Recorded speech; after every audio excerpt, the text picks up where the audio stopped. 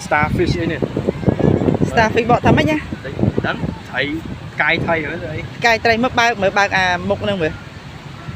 Đi xa đấy. Đi ngọt bía. Đắng đá.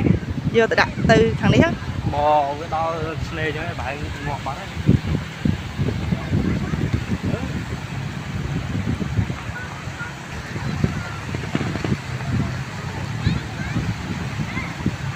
Mình ba chập ban cái đam ăn chớn ạ.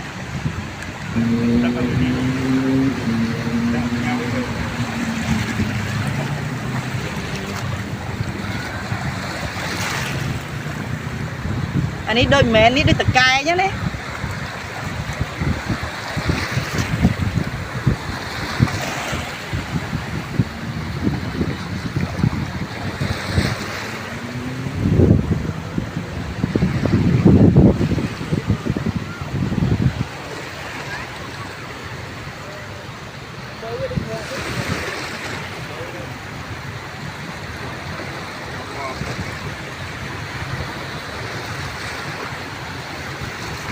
Vô bị đã cho tật sự tí gì?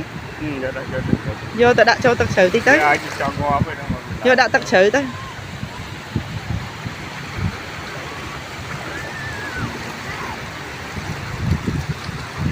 Đi nè hạt tiết anh.